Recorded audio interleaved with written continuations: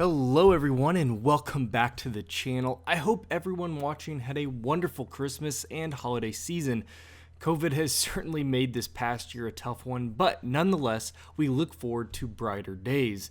And speaking of brighter days, it doesn't get much better than talking about the upcoming Corvette C8 Z06 model. In addition, in today's video, we're going to discuss the brand new E-Ray Corvette that is slated to slip into the spot that was once the Grand Sport. Now, as I always try to allude to, all of this information has yet to be confirmed by GM and is subject to drastically change. But if the past tells us anything, it's that these leaks usually have a decent amount of merit to them. Overall, this should be the correct direction GM is taking their C8 Corvette lineup. So, without further ado, let's jump into it. As a quick recap, let's take a look at the sheet that has been floating around for some time about the upcoming power figures and engines that'll be used on the different variants. The sheet gives us data on the base C8 all the way through the highly anticipated Zora Corvette. A credible source has made an update to this list, which I will show you now. So as you can see, we still believe that the next version of the Z06 mid-engine Corvette will boast a 5.5 liter 32 valve dual overhead cam that's pushing roughly 675 horsepower and 525 pound-feet of torque to the wheels.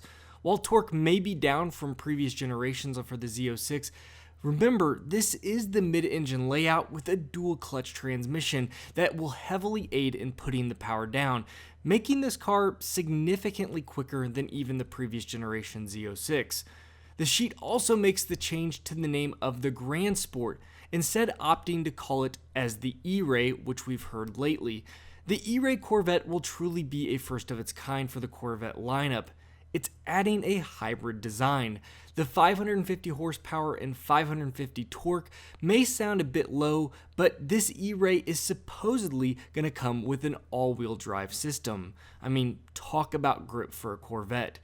Moving on from there, we have the ZR1, which will boast the same motor as the Z06, but instead of being naturally aspirated, we look for it to be a twin-turbo setup, jumping those power figures to 850 horsepower over 825 pound-feet of torque.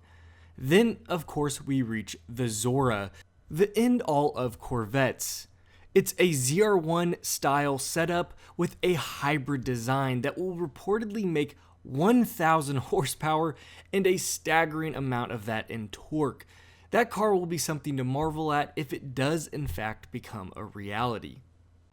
Next, let's talk about some of the differences we will see from the Z06 and E-Ray versions. Our sources have confirmed that the Z06 and E-Ray will have identical front 275/20 front tires, but the Z06 in fact will, with its rear-wheel drive train, get a massive 345/21 tires to help with all that grip that's needed. GM though believes that the all-wheel drive design for the E-Ray only warrants it to need 315/21s for its rear tire. Now, the visuals of the two cars will also be quite different. Typically in the past, we've seen a Grand Sport and Z06 models that have shared both that wide body design, with the Grand Sport just having a less beefy engine. That now changes. The Z06 will come with some sort of front air duct system, much like that we've seen on, say, a Ferrari Pista or Lotus. The source who has leaked this information has said that it will resemble a dual duct system that might be controversial, but in his opinion, it's something that he really liked. It's also believed that the Z06 will still carry some sort of frunk area for storage. On the other hand, however, the E-Ray with its front-wheel drive electric motor is believed to have no frunk storage area. This will have some impact on design, just at the moment we're not sure of how much. For now, that's all that we've received in linked information, but we still have so many questions from the different spy shots that we've seen of both the E-Ray and the Z06 model.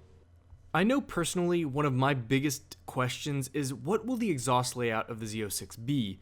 Will it continue with that dual split exhaust layout that we've seen for the base C8s?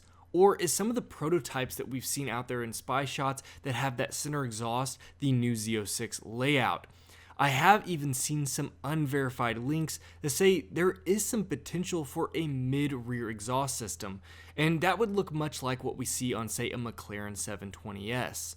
And honestly, I'm not all that opposed. That mid-rear exhaust setup would, however, eliminate a rear trunk. However, my guess is the Z06 is going to be a fully track-focused car. Sure, there's going to be some people that might daily drive it, but storage space isn't going to be a top priority for the car. Another huge point is going to be aerodynamics, especially for the Z06. We believe the Z06 will be more track-focused, as I mentioned before, with the all-wheel drive E-Ray being a more daily driver-friendly car. This would lead us to assume that the Z06 will have more aggressive styling from its aerodynamic features. I did make a video a while back talking about all of the patents GM now owns for active aero components. This most likely means the Z06 will have some sort of active aero, with the ZR1 and Zora having the most advanced active aero that GM holds. So there you all have it. The most up-to-date information that we have over the upcoming C8 Z06 and E-Ray Corvette. I am curious what questions you all have that you would like answered in the future, so make sure you drop them in the comment section below. So many of you have a passion for the Corvette lineup, as I do, and the comment section really is a great place to lead some incredible discussions. I do ask, though, that everyone stay respectful. I'm all up for a good debate, but remember, it's all in good fun. Also, what are your thoughts on the newest bit of information, and which model will you all be buying, or which would you choose if those lotto numbers pan out? Again, leave all of that in the comment section below. And just as a quick update, I do have several videos upcoming in the next couple of weeks, weather permitting. The Audi R8 will be getting a new exhaust, and I truly cannot wait to share that with you all.